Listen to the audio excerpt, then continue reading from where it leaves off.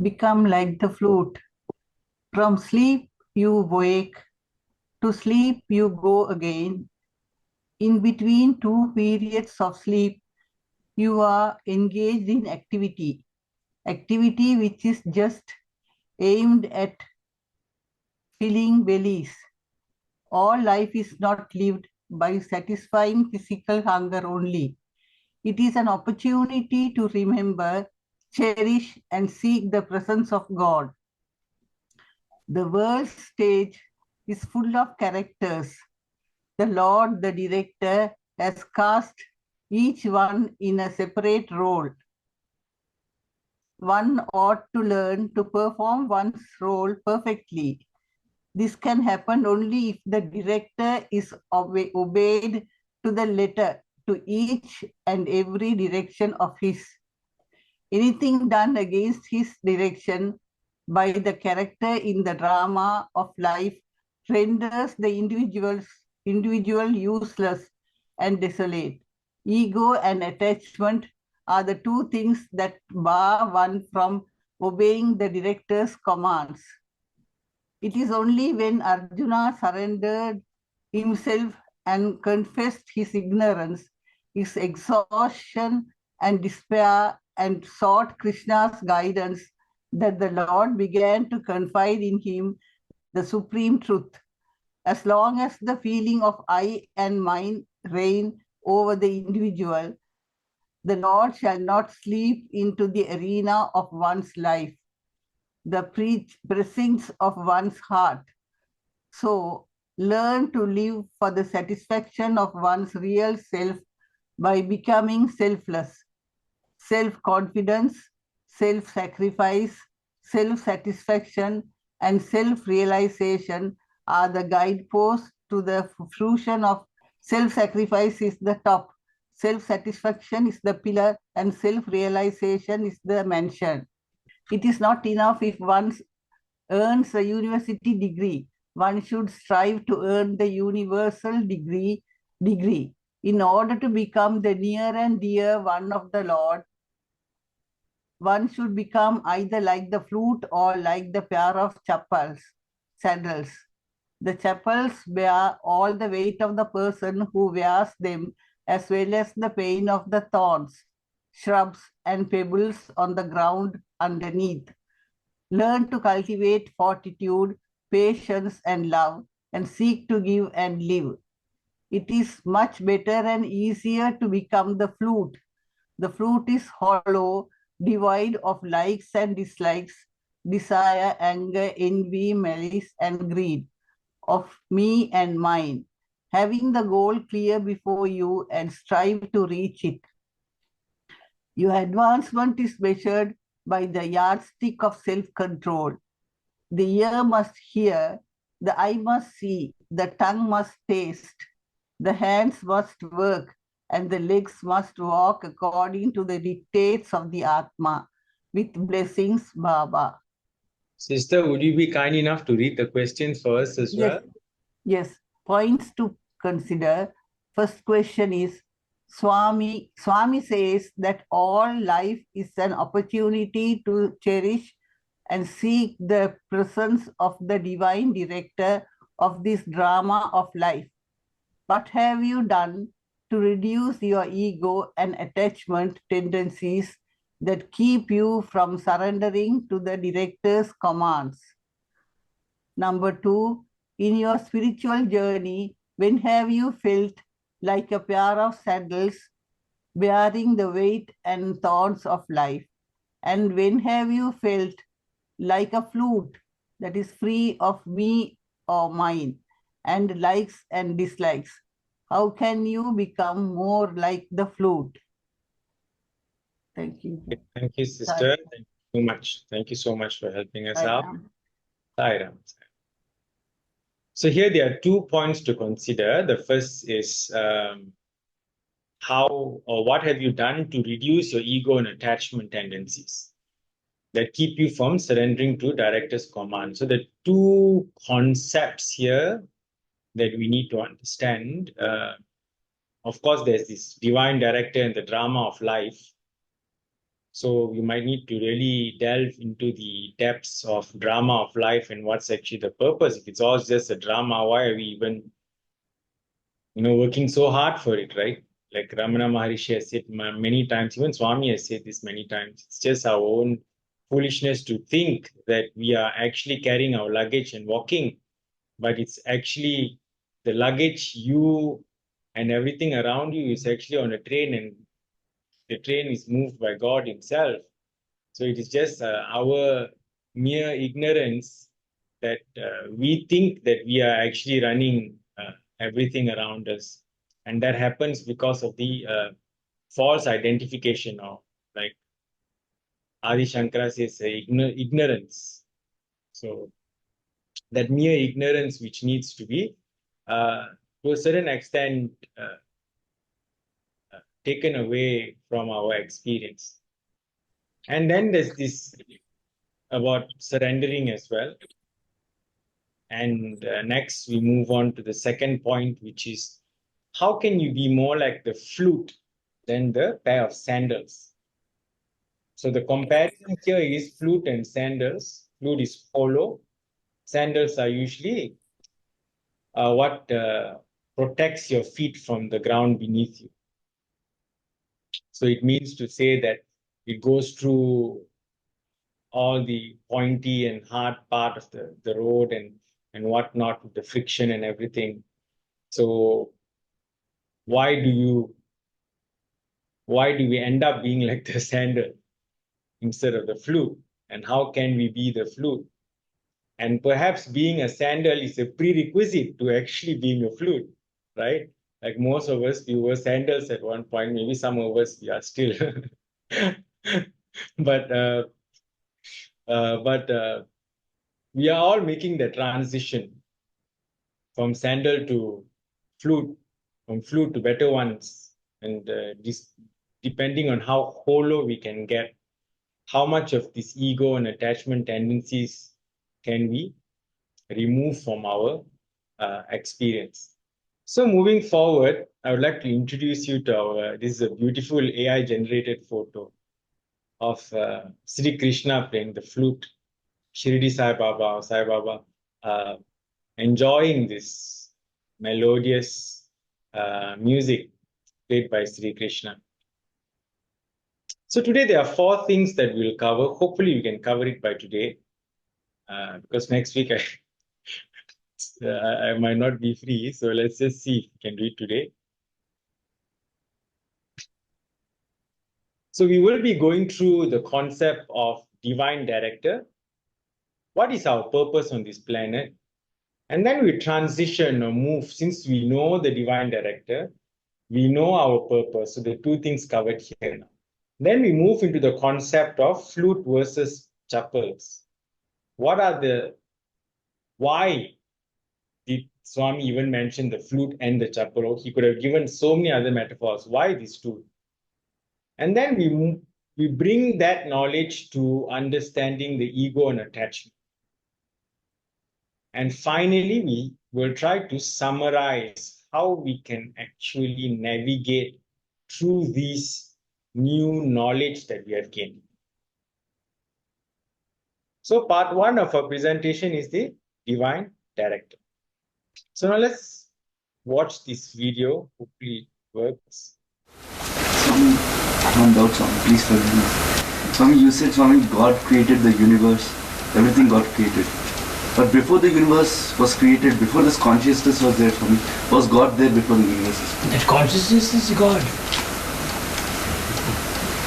That consciousness is God. God is not separated. Consciousness is everywhere. In you, with you, above you, below you, around you. Without consciousness, you are not. Consciousness is everywhere. That is God. I am telling you, you are also God. You are also God. You are also God. My words in any difference more every time. God's created कैसे है संकल्प एक आत्मा first संकल्प एको हम बहुश्याम that is first. So it's the will of God first. ఏకోహం One. బహుశ్యాం. నేను ఒక్కడే అనేకం కావాలా? One manifested into many. No, Swami, even we are God, Swami. That's what you're telling. Then why should an individual who is God, why should he strive to reach God? నేనే భగవంతుడిని అయినప్పుడు నేను భగవంతుడిని చేరటం ఏమిటి? నీ భగవంతుడిని అనేటువంటి కాన్ఫిడెన్స్ పూర్తి అయితే ఇంక చేరనక్కర్లేదు. When once you have full confidence you are God, there is no question of reaching God. That is reaching. That is reaching. The very awareness that you are God is. I am God, there is no any reaching. Nothing reaching. Reaching है नहीं. No reaching. Only one. इतना वो stage है ना, no any reaching अलग नहीं, दूसरा person अलग नहीं. At that stage, when you know that you are God, there is no question of reaching. You are reaching. No second. No second, only that.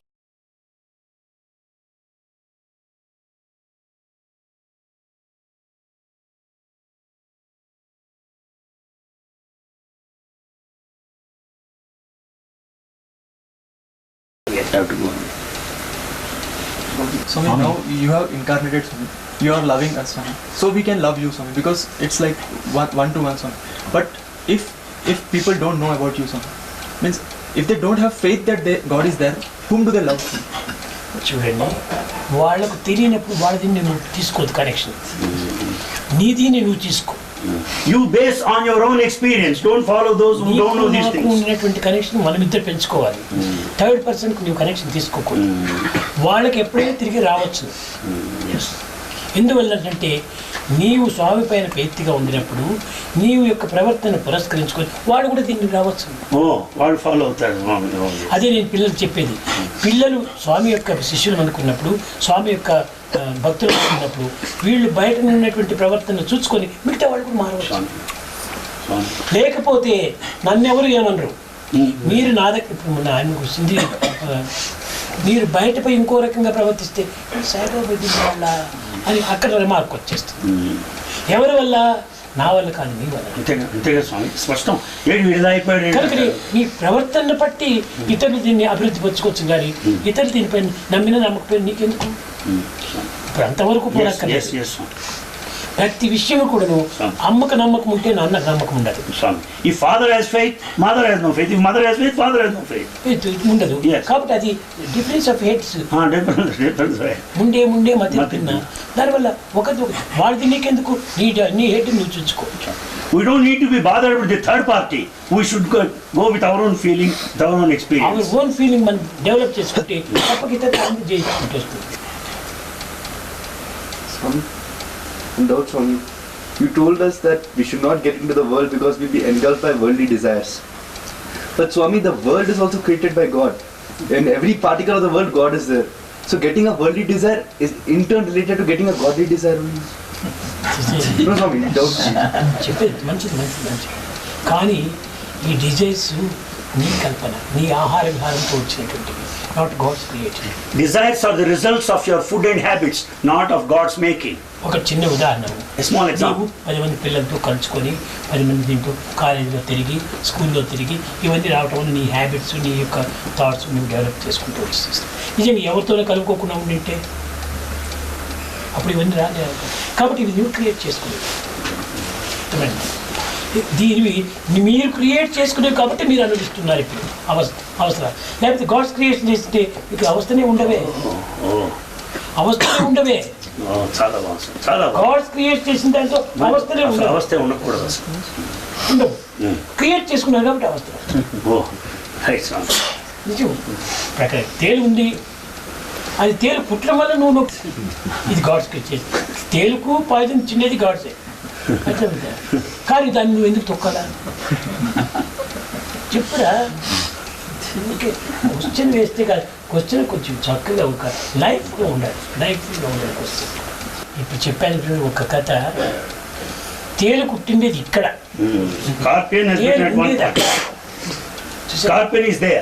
కాబట్టి స్కార్పియన్ దగ్గర పోయి మందు రాసేసాడు. ఇక్కడ నొప్పి ఎట్లా పోతుంది? You apply the ointment at that place where the scorpion is. ఉన్నటువంటి యొక్క ఇది వేరు, where it is there different. దాన్ని నివారణ చేయాల. ఎక్కడో చేస్తే ప్రయోజనం లేదు. You should cure this spot where scorpion has bitten, not the place where it is. Not place. ఎక్కడ ఈ అశాంతి, ఎక్కడ ఈ యొక్క బాధ కలిగిందో అక్కడనే బాధకు నివారణ చేయాలి. The pain should be relieved at the spot where there is.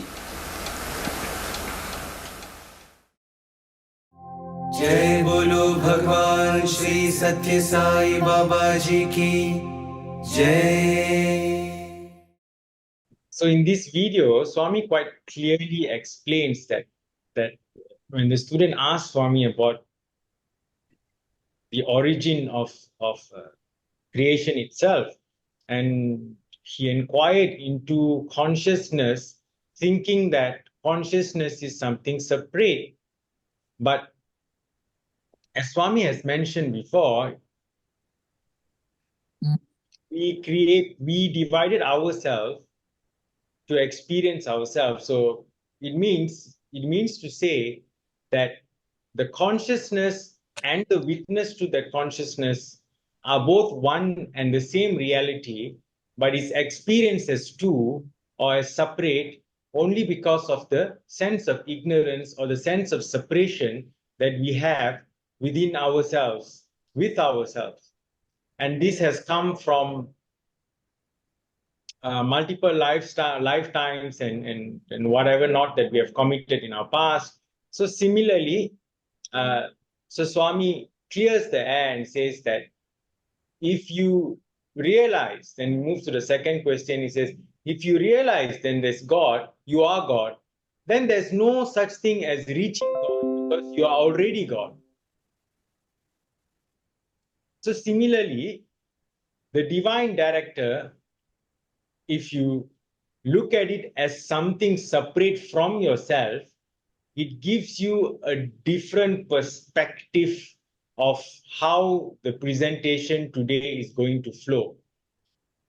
But if you think that you are the divine director and you are a part of the divine director, just like Swami mentions in the letter, each individual is given a designated role, and you are supposed to play that role to perfection.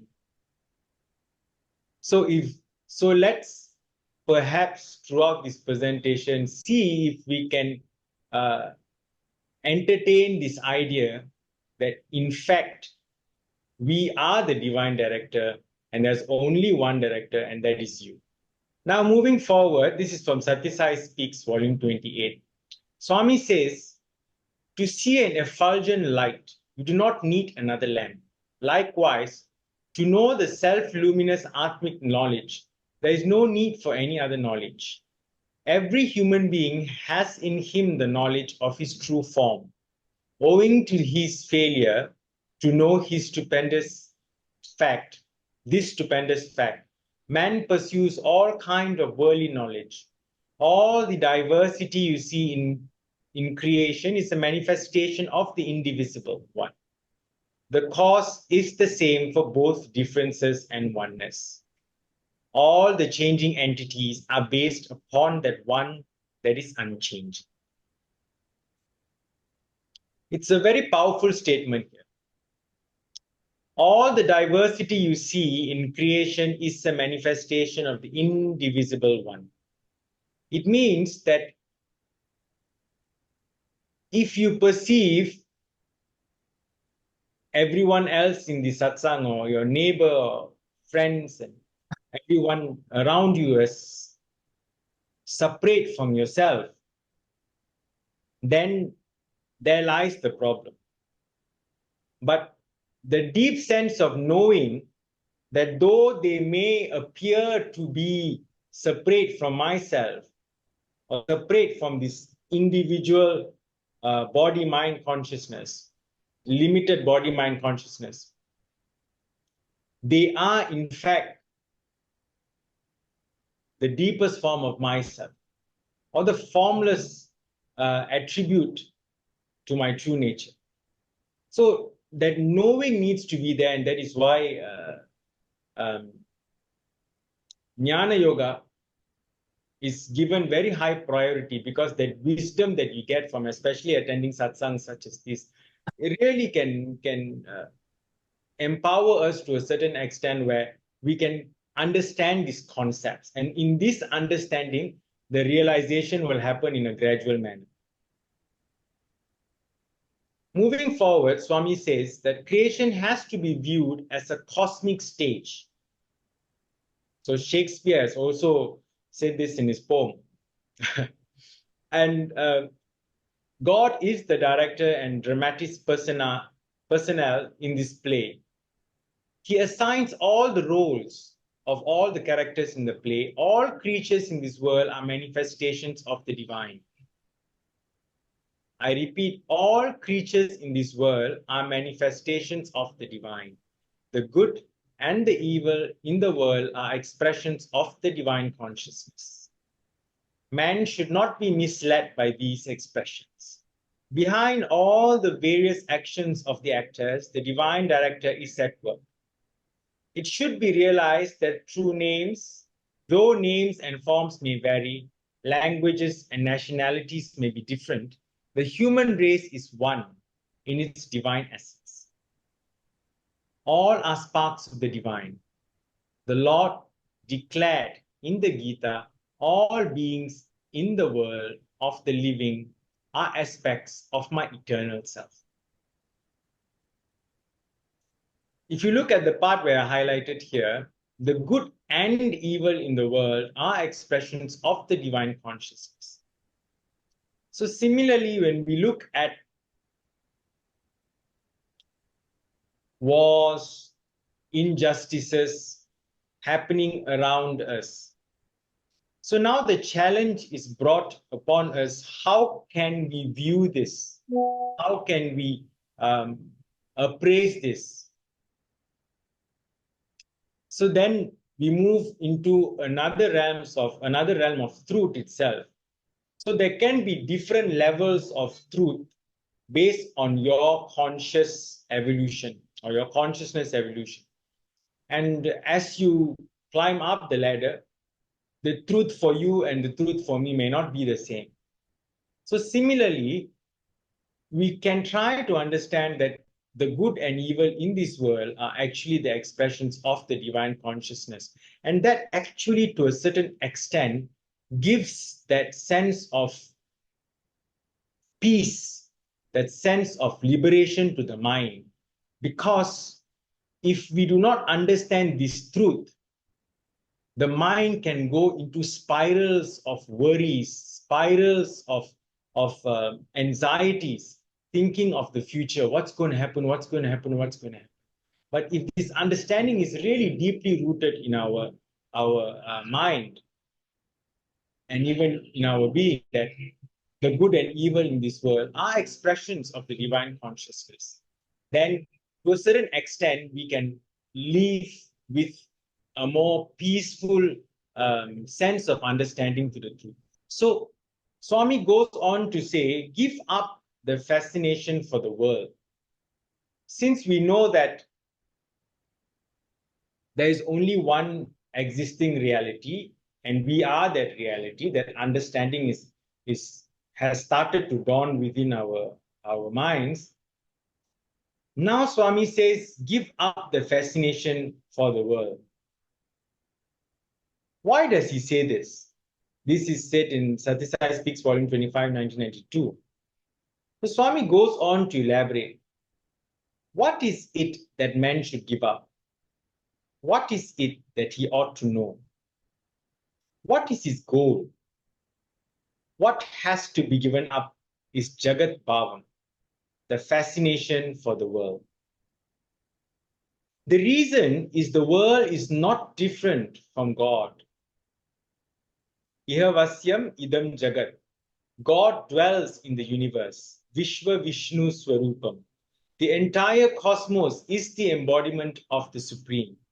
Disregarding this profound and sacred truth, man is becoming a prey to grief by his worldly attachment. The world should not be treated as merely physical, but should be looked upon as a divine manifestation. It is only when man is filled with godly thoughts that he will be rid of sorrow.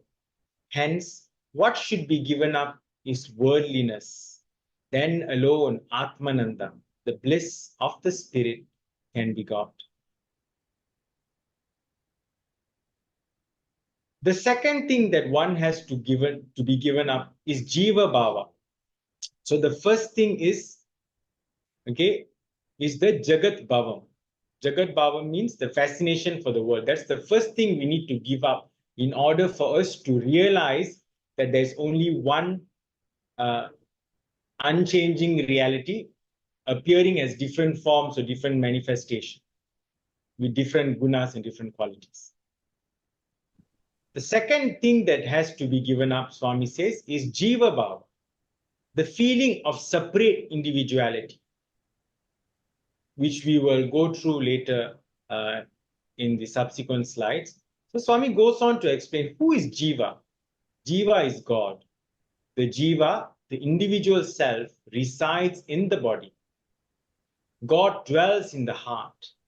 They come together and engage in a mutual sport. There is a director who directs the play of the puppets. Both good and bad are present in the puppets. The Jivatma, the individual self, and the divine principles are not two distinct and separate entities. Out of ignorance, man forgets the basic reality and cherishes delusions which cause sorrow. It is like a man who is seized with fear when he mistakes a rope for snake.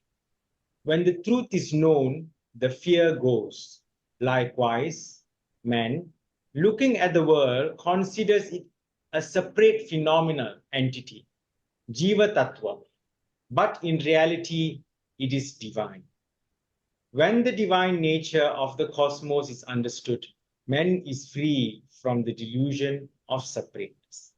So Swami says here, the second thing that needs to be given up is the individual self. If you look at the main controversy between the Buddhist philosophy and our Advaita philosophy is the presence of the Atma. So in Buddhist philosophy, they talk about the Anatma. There's no such thing as an Atma, according to the Buddhist philosophy. And there's this one video by Swami Sarvapriyananda going through this and clearing the doubts. And he says that what the Buddhist says as Anatma is referring to the Jivatma itself. Of course, we understand that though in our experience, the Jivatma may present as an individual self, ultimately the Jivatma does not exist. And only the Atman does, and which is our true form. So let's see if we can play this.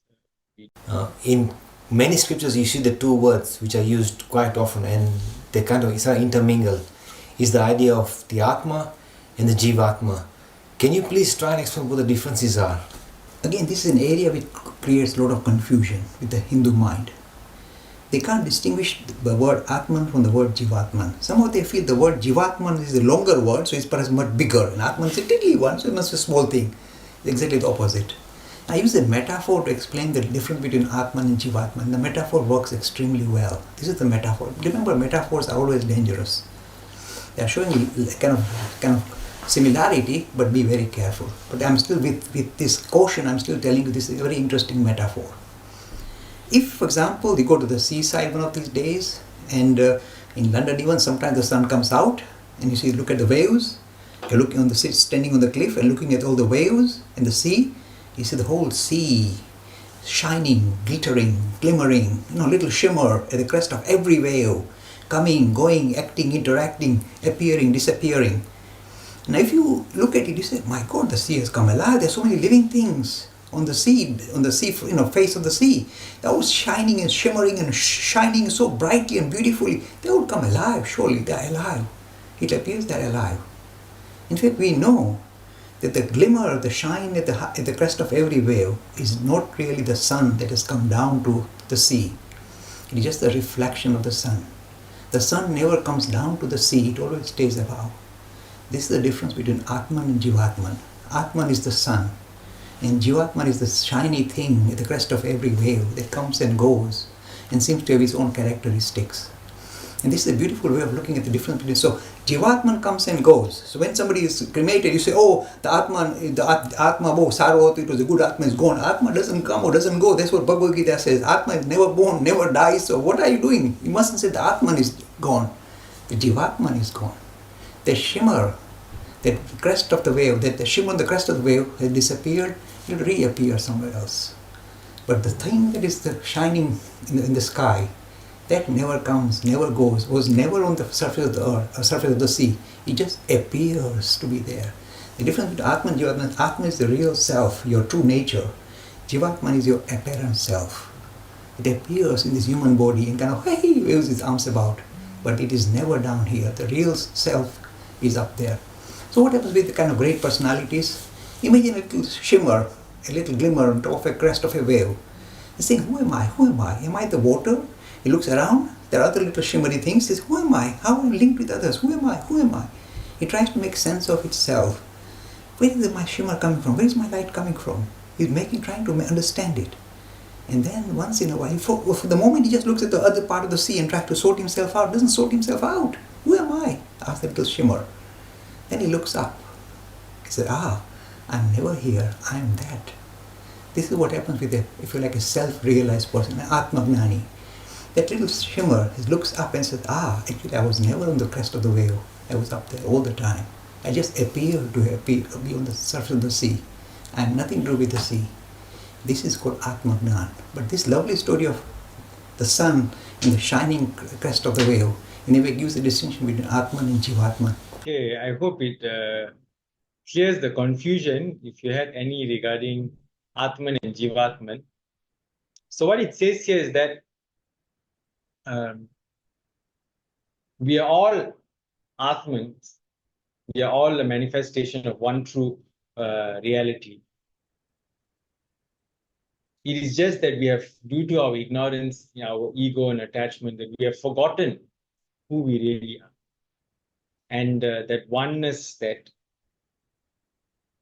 deep realization of your true nature comes through self-inquiry, through your self-practice, through your sadhanas that you take up and go through. Now, moving forward, Swami explains, the Divine Master illumines the entire cosmos and the cosmos shines in the Divine. God and the cosmos are inseparable friends. This is the prime dictum of Sai. There's this wonderful story one of Swami's students shared. So he had been quite wanting to experience the silence of Om and how Swami sees the world and how Atmajnani will see the world. So then one day it was a celebratory occasion and he happened to do well for one of his exams, if I'm not mistaken. And then he rushed to Swami and he asked Swami to grant that boon. Because apparently he had also known that one of the professors who worked for Swami had also given this experience to him.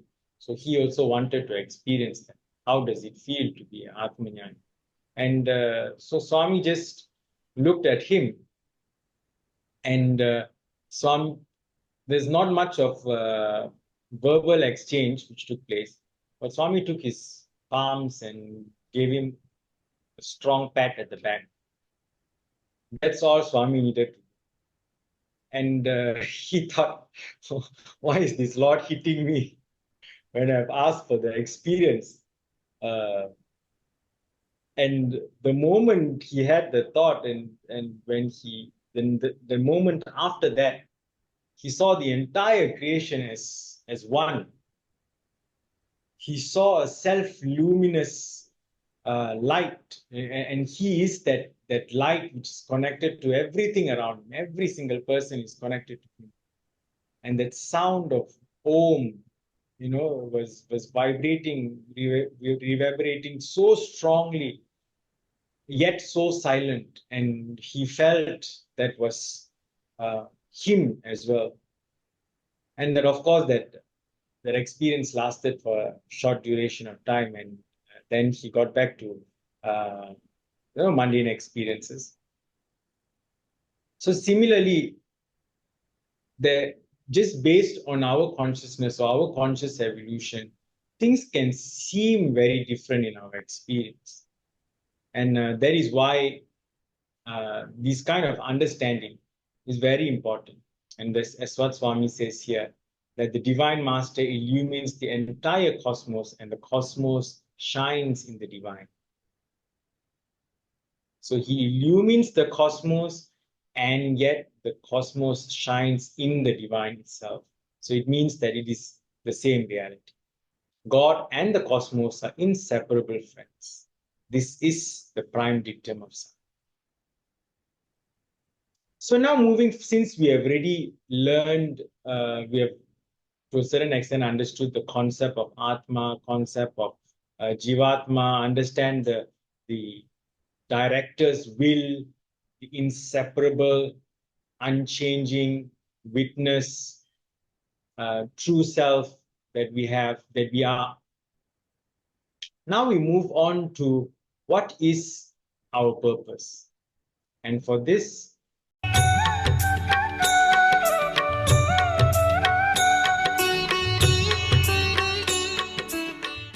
పవిత్రమైనటువంటి యొక్క పరమాత్మ తత్వమునే మన హృదయమునందు ప్రతిష్ఠింప చేసుకోవాలి. We should install spirituality in our hearts. ఇది చేసుకునేటువంటి విషయం కాదు. It's not the one ఒకరు అందించేటువంటి ప్రెజెంట్ కాదు. It cannot be gifted. ఒక కంపెనీ సప్లై చేసేటువంటి పదార్థం కాదు. It's not supplied by any company. తన యందే ఉంటున్నది. It lies in you. సర్వతః ప్రాణిపాదం. తన యందే ప్రతిష్ఠ అయి ఉంటుండాలి. It's installed in you. కానీ దానిని సరైన రీతిలో మనం వినియోగించుకోవటం లేదు. But you are not making proper use. ఈ తత్వమును గుర్తించినటువంటి వ్యక్తులకు ఎట్టి భేదమును లేక ఎంత దూరమును కూడా విచారించక అనేక విధమైనటువంటి యొక్క ఆనందమును గృహలో కోరి పరిస్థితులకు ప్రభావమునకు గురికాక వెంటాడుతూ ఉంటారు. Those such feelings will not observe any kind of distances. They will be blissful all the time, not disturbed by circumstances. ప్రయోజనం లేదు. It's not enough if you're here. దాని యొక్క మాధుర్యమును గుర్తించడానికి ప్రయత్నించాలి. You should make an effort to enjoy the sweetness. కమలం పైననే ఉంటుంటాది కప్ప.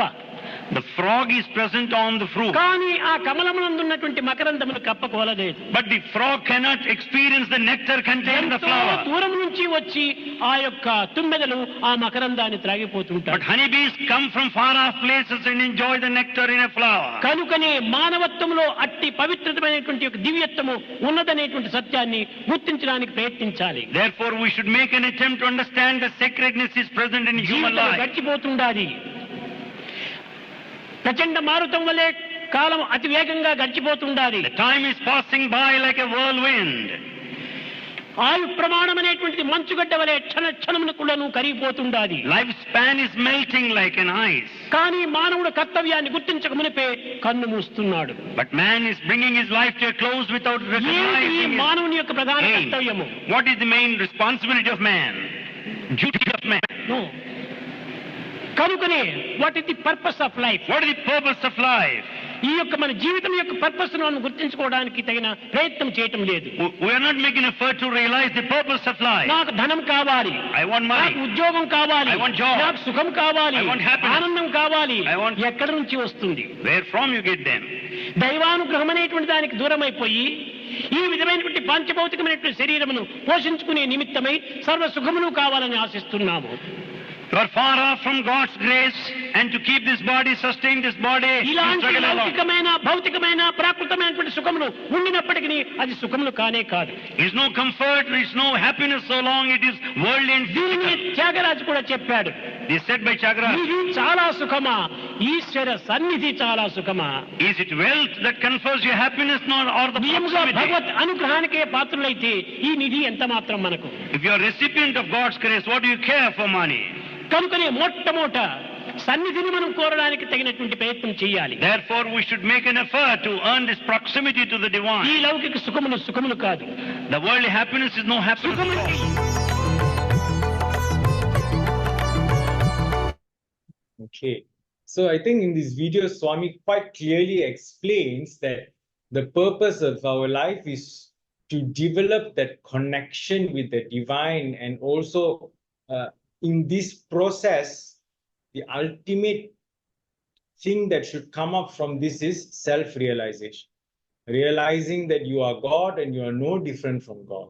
Meaning that there shouldn't be any fear in you, there shouldn't be any anxiety in you. That's supposed to be, there's a sense of deep knowing and deep peace which emanates from your being.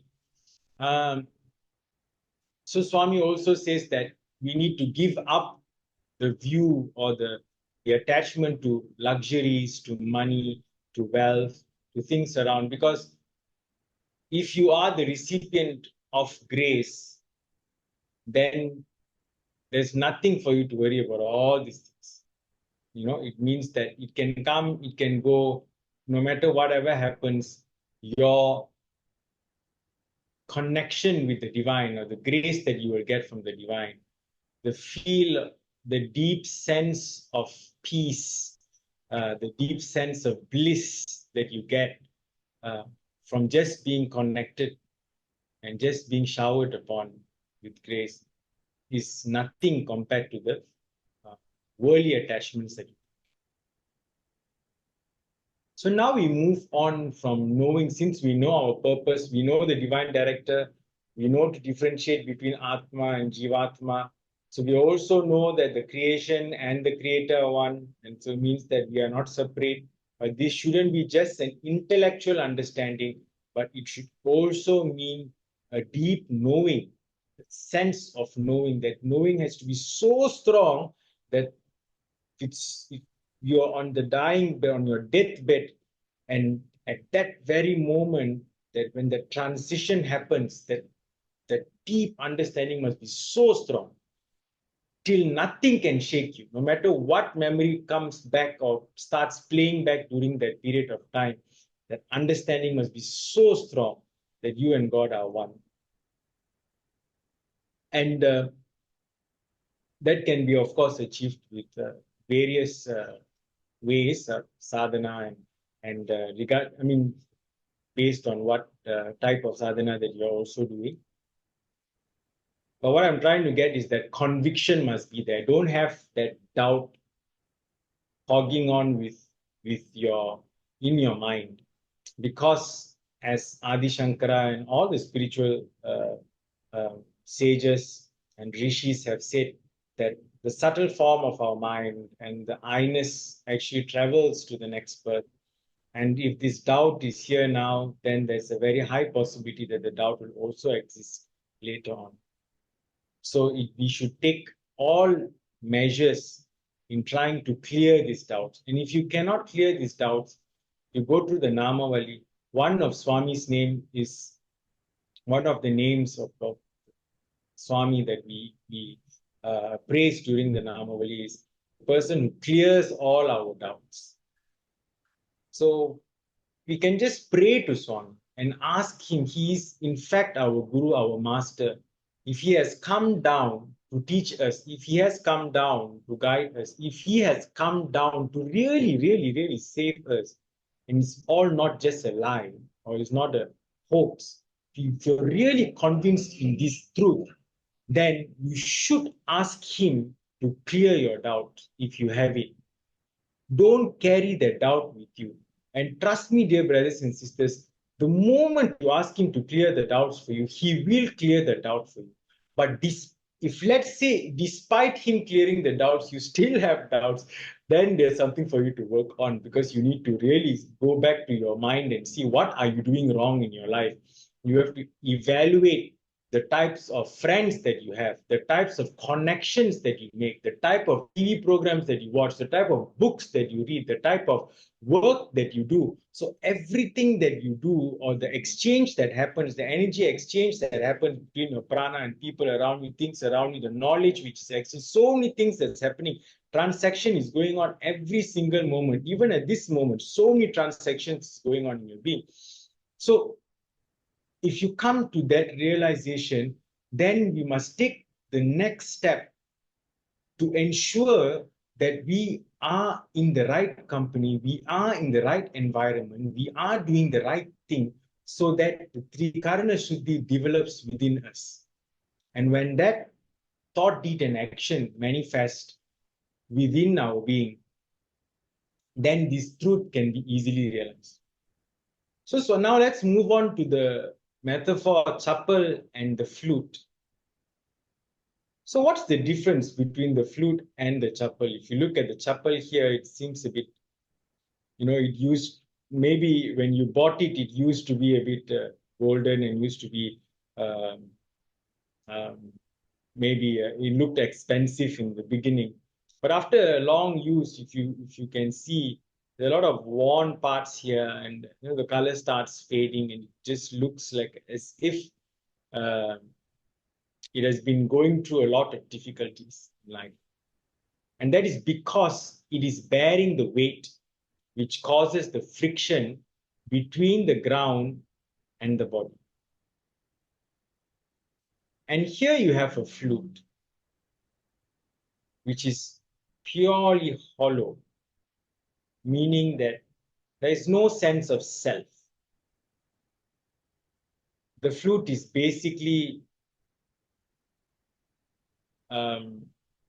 nothing if someone doesn't blow in it or someone does not know how to use it. It's just an instrument, meaning that if you just leave it for 10 years and no one decides to use it, it just stays silent, though it's a flute. So the reason why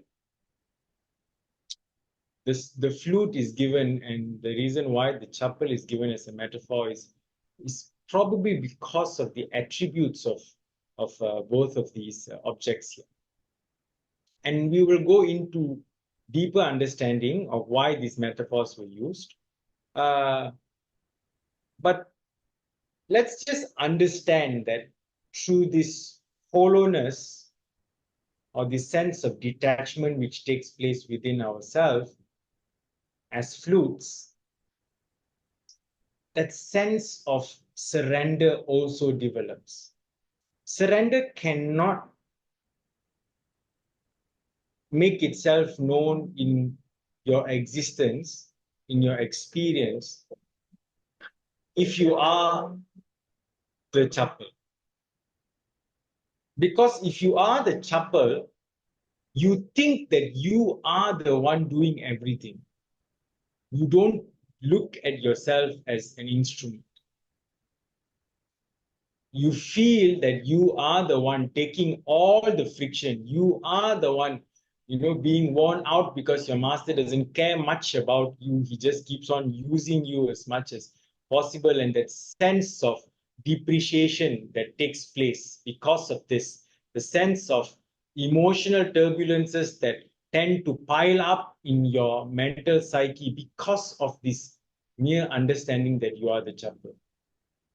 How can you surrender? But dear brothers and sisters, we were all chapels before we came to Swami. Not before we came, before he chose to hook us up and guide us towards him.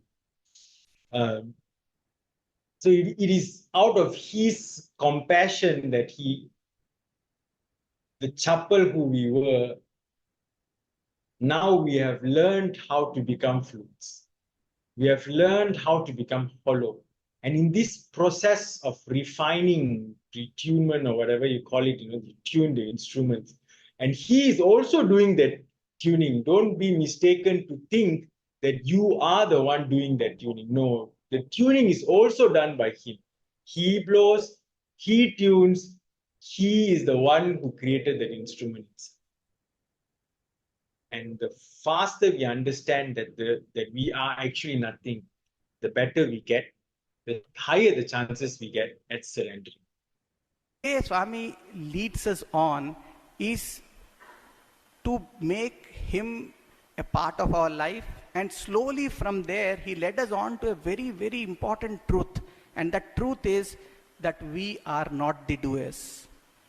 I'll give you a beautiful experience for this. This was during the Vedam time, 2003, 2007. During this 4 years period, there was no set Vedam pattern. Means in the sense the suktas were not Monday has to be this sukta, Tuesday has to be this sukta. There was no rule. Swami used to come and sit, and I used to have a list of suktas that we knew printed on a paper. I used to show it to Mr. Vednarayan sir, what should be the next suktam or the mantram that we'll pick up. And how I used to decide was seeing Bhagwan's mood in the sense whether there are too many VIPs around, whether Swami is free enough to sit for a while, what kind of surroundings are there. And on the spot, I used to decide what should be the next mantram. So this is how we used to chant. And Swami used to come and sit for hours, because that was the beginning of Vedam. Swami wanted to encourage Vedam. So hours together used to just sit and keep listening. So we used to go from one mantram to another mantram without any set pattern. All on the spot decisions. And I was like a Vedam DJ in a sense. Right? So feeling very proud about it. In fact, once it so happened, Swami had come onto the stage, Swami was sitting there. The primary school children also had come. And you know, Swami loves primary school children also to chant. But at that point of time, they knew very few mantras. So beautifully what we had done on the spot was, one mantram which they knew we used to chant, very next time I used to choose a mantram which they did not know. And third mantram will be something that they knew. So their involvement was also there. Therefore, Swami was also. Our only intention was Swami should sit on the stage and listen to Vedam as long as possible. Nothing else was our intention. So we were playing around like this. End of that session, Swami sat for a long time. Swami was damn happy, chanted along with us in some of the mantras. And then Swami went in, and all the Vedam boys started saying, "Wonderful selection, sir. The way you managed is phenomenal." So slowly that ego was coming in. Yeah, I am phenomenal. You see, I know what I am doing. Sort of a thought was coming in. And following day, I used to have lunch in the North Indian canteen at that point of time. Following day, I had gone for lunch. And as I was standing in the line, see how beautifully Swami teaches. I was standing in the line for lunch. There was a father and a son standing behind me. And the son was telling father, "Father, I am thrilled today. Phenomenally, I am just so happy today." Father said, what happened? What was your experience? He said, "Father, I knew only one mantram, Medha Suktam. And I was praying to Swami, Swami, next mantram has to be Medha Suktam." And Swami made it Medha Suktam. Then suddenly it was like means he was telling, I only overheard. But it was like a shock to me that he is making my hand move. He is listening to the prayers of everyone and acting through me. I am not acting. So that is the status which he takes us through. In a very loving way. He didn't tell directly. He made it just happen. This is the beauty of his experiences. Beauty is so wonderful, so magnanimous and beautiful that things fall in place to convey a message. So in this video, the brother shared this wonderful story about how Swami actually is the doer, and he happened to believe in the thought which the separate self or the ego created, which was, oh, I'm the one doing this, I'm the one choosing the arrangement of Vedic chants. And only when he went to the canteen that he was amazed to find out that actually it was not him all along. It was Swami who decided. So similarly, dear brothers and sisters, the moment we start to identify ourselves to the actions that come out, especially when it comes to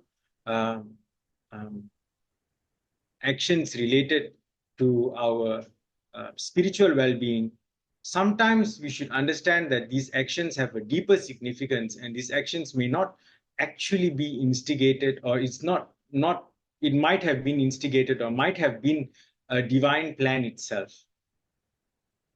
So in that sense, we shouldn't take things too seriously, extremely seriously. If you take things too seriously, then you also get trapped in the assumption or in the conviction that you are the one responsible for whatever is happening around. A very good story was another story shared by Brother Ravi Kumar, one of our Sai alumni who was also in charge of the bhajans, and I think you've all heard his miraculous voice and how he sings in Parthi and so on. And so he accounts this one story where this one very famous singer who used to sing, and when Swami used to sing sometimes, and after his discourses, there used to be a time where Swami used to forget the lyrics to the song. And when Swami forgets the lyric to the song, I mean, when his physical form forgets, then he looks at this boy who's a bhajan singer and a very good bhajan singer. And he used to mimic using his mouth, like show using his mouth, what's the next line. And Swami used to catch on that and sing the bhajan and complete it. So this used to happen. And somewhere down the line, he grew in, this egocentric sense of self-inflation, where he felt that, oh, you see, even Swami is listening to me, and Swami is getting, Swami is actually, he himself forgot the bhajan, and I'm the one privileged to teach Swami the bhajan. And then the next day, when he had this idea and he was somewhat, maybe full in contemplation of the idea or something like that, and Swami came the next day, and Swami directly, very casually, not to an extent of embarrassing him, not to an extent of like punishing him to show a point, but very casually Swami just asked them to sing a bhajan. And of course, they were all after bhajans and they were all practicing, and then they all started to sing. And Swami just then told him, that particular person, this particular, the singer, the prominent singer, now you sing.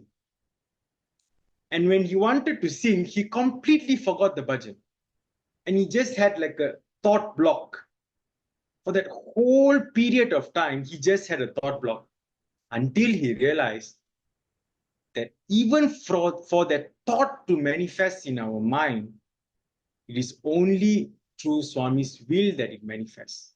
So, dear brothers and sisters, be in full conviction that your presence here today is also only because Swami's grace. The participation, the contribution, the seva activities, the meditation, the sadhana that you're doing, it's all only because his invisible hands work in miraculous way to get us to do those things. And when this sense of understanding comes, not intellectually, but experientially, then you start realizing the depths of the truth that Swami has come to give. So similarly, now moving to the questions that we have, how can you become more like the flute? The first question, okay, since we know almost 70% of what we are trying to get at here. So Sister Geeta said, the problem I had to go through make me feel like this pair of sandals. Now, not so much. At times, I still do. Chanting and service activity, exercise, pranayama, and good and having good food and fasting and taking her medications on time actually help her become more like the flute. So it means to say that her spiritual sadhana.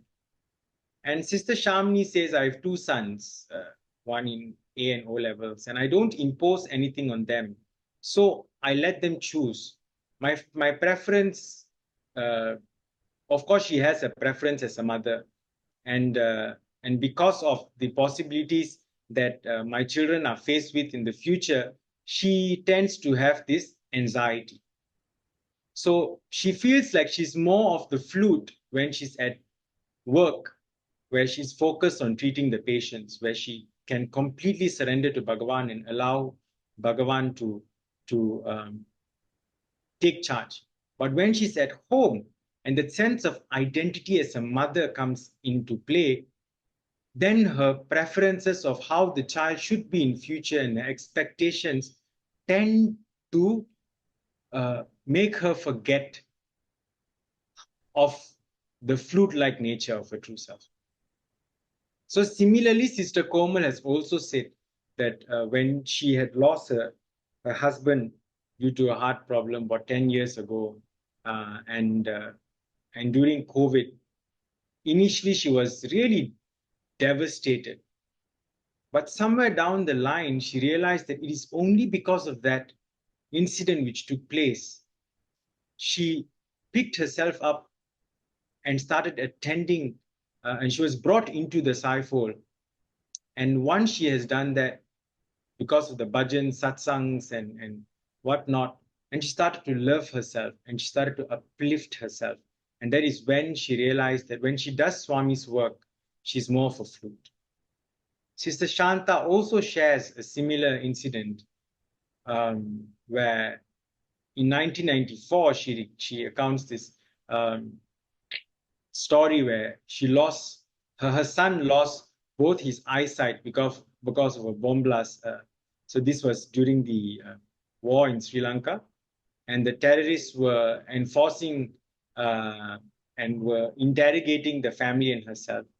So what happened is that she finally brought the son and did the operation in Parthi, but he didn't get back the vision. And because of the bomb blast, he lost his eyesight. His son lost both his eyesight. And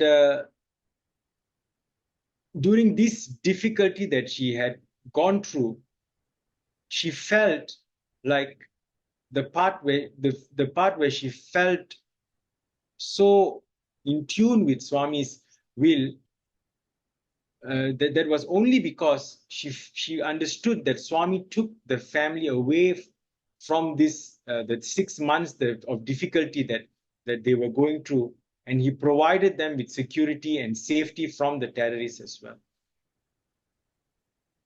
So though the outcome may not have been the outcome she had expected, but she felt like a flute because she understood and she completely surrendered, just as a flute would do, to the way of the master. So now let's move on to ego and attachment.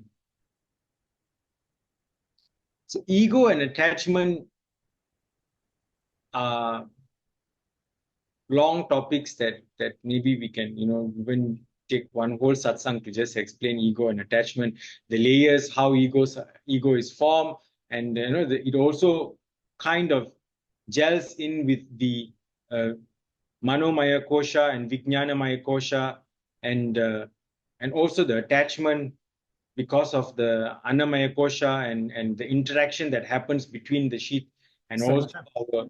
Savetan, I think this one you have only another few more minutes to finish. So this is a totally different subject. Yeah. It's a very, very big subject. So why don't we stop here? Then look back at revise some of the other points that you have made before going to a new subject.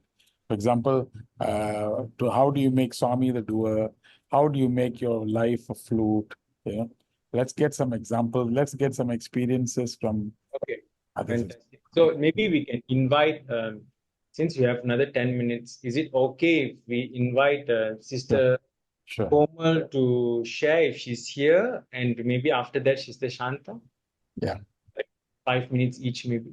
Sai Ram, brother. Sai Ram. Sai. You have already read what I told you. Yes. Yeah. We want to listen directly from you. Yeah. About what happened to my son. Yes, in 1994, he had just returned he was on his way from work. Then he was accosted by a friend, by a boy who just befriended him. And he had been friendly with him for a couple of months. And he took him to a certain spot and he wanted to give him a feast or something, treat him that day, because my son got a promotion on that particular day. So somewhere there, he was missing from that place. And then when my son went looking for him, he only heard a big blast, and that's it. Everything vanished from there. He did not know what happened to him. After that, he became totally blind. That is that story. After that, that was in the height of the terrorist act which was in force. So for mere suspicion, anybody could have been taken into custody. But and he was also a Bal Vikas student. I was teaching as a Bal Vikas guru at that time, and the Samiti was very helpful to us. Because of all this, we escaped during that period of time. Otherwise, our whole family could have been put under bars, taken into custody, but nothing happened like that. They came, the police visited us, and they took our statements, and very in a smoothing way. Although I was very shocked to find, I was very deeply concerned, because and at the time that this thing happened, he had Swami's photo in his pocket. That was also a production in that case. So from all this, Swami saved us. That is the story. And after that, he was in the super specialty hospital for about 2 months. We also stayed with him, and Swami got a doctor to operate, and he, for a short period of time, he could just see. That's all. After that, he didn't get back his vision at all. So that is the story. Okay, thank you, Sister Shanta. That's a wonderful way of appraising life there. And when they say, when life throws lemons at you, you make lemonade out of it. So I guess this is how one can really transform a particular situation and have a deeper understanding and deeper meaning to this. And I'm very sure the fact that you were doing Swami's work had really hastened that entire process, so you are able to get this understanding. If it was someone else, maybe the outcome would have been very different from where you are right now. Thank you so much, Sister Shanta, for sharing. Sister Komal, are you here? Okay. So is it okay if we post this question to everyone here? If anyone is able to share any experiences they have. Like, the question is, how can you become more like a flute? When do you notice that you are more like a flute throughout the entire day? And when do you notice that you are more of a chapel? Anyone can just unmute themselves and answer. So let me simplify the question. So throughout your entire day, when do you feel that, or throughout your entire week or the month, or in periods or moments of your life, when do you actually feel that you are more of a flute? Okay, the flute, the hollow nature of your flute, meaning when do you feel like you're really an instrument of the divine? And when do you actually feel, or when have you felt that you were more of a chapel? Sairam, when we are doing selfless service. Yes. Go ahead. We really feel that. Also through unconditioned love, when we are showing unconditioned love. So these two I have experienced. Any specific kind of service, sister, that you feel is unconditional love? At the moment, it's not something. Okay, no problem. Thank you so much, sister. Anyone else who would like to chip in some of the experiences? Okay. Sairam, brother. Sairam. I think the best moments of the day begins when you become very spiritual conscious. That is when you start the day. So you start the day by having your prayers, you start the day with love, and try and hold yourself in that condition, and then let us see what happens when you face a moment which is very challenging. For instance, as you are approaching something, somebody abuses you. Because of the prayers, you keep very calm, and the person continues to abuse you. And then you hold on with a smile, and he continues to do that. He almost comes to be, he wants to assault you, but you are still calm. You're still calm, you're quiet. And then after some time, that person, he continues to abuse, but he comes down. He comes down. He comes down rapidly. He moves away. And then you are left in a situation feeling very, very uncomfortable because of what had happened. But we are very happy that you were holding on to the spirit which was in you. And that was the divine. So you have not hurt yourself. You have not hurt anybody. You are satisfied with what you have done to yourself. And you have achieved something from the teachings of Swami. More important, that Swami is with you. So that process becomes a habit thereafter. Although at times you feel that you are a weakling and you should have done something else, but you seem to be controlled by somebody to behave in that way in all such situations.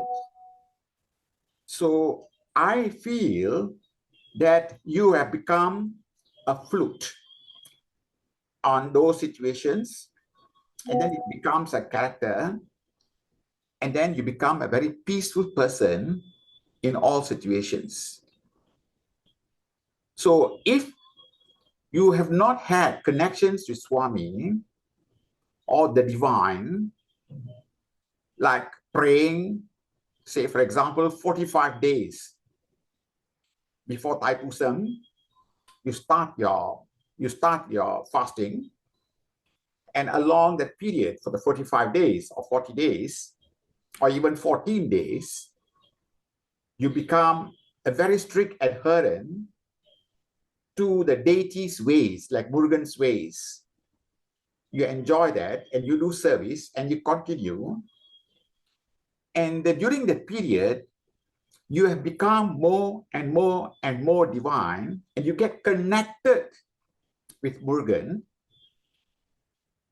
So much so, whatever you tend to do seems to be in tangent with what Lord Murugan wants you to do, because it is definitely on some form of service or behavior or conduct or a thinking process, which is far more better than what it used to be before the fasting period. This is something special which adds on to your character, behavior, and all to become more and more divine until the final day when you carry the pot of milk on your head and go down to the temple, to the Sannidhanam, and it's taken, and you feel so very blissful. So along these 40 days, you have become a flute which had improved on its what you call, on the level of the music the flute can come out with, You have improved over the period. And that is the power of the divine within you, because the baggage in you has been removed. The baggage has been taken out. You are just with one, and that is with Murugan. That is Murugan. You go on like that. So these kind of experiences can be achieved by anybody if they give time to themselves for this kind of important occasions in the calendar, like Thaipusam, like the Navaratri, like other important dates which we get.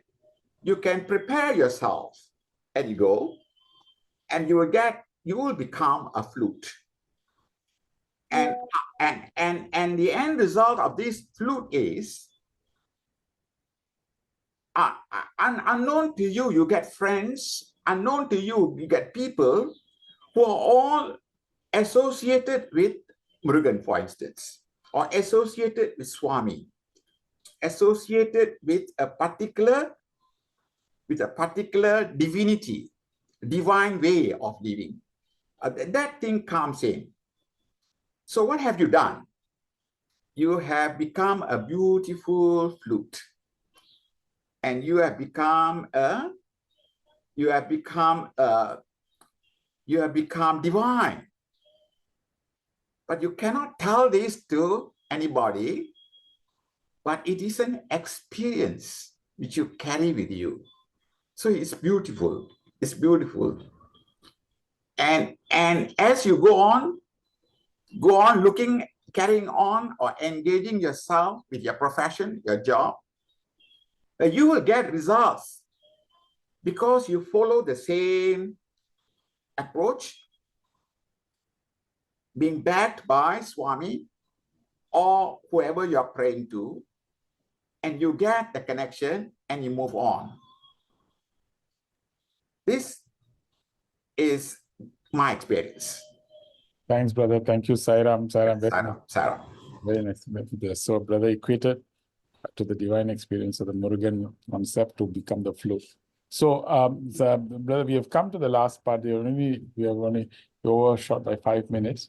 So next week, Sabaton, we will go back to that question of how we can all become flutes. So probably the people who you have assigned to speak can speak. And then we also ask others who are here to narrate that experience next week. So we'll continue from that point, Sabaton, and then we carry on with the ego and attachment. Okay, Sairam. Sairam.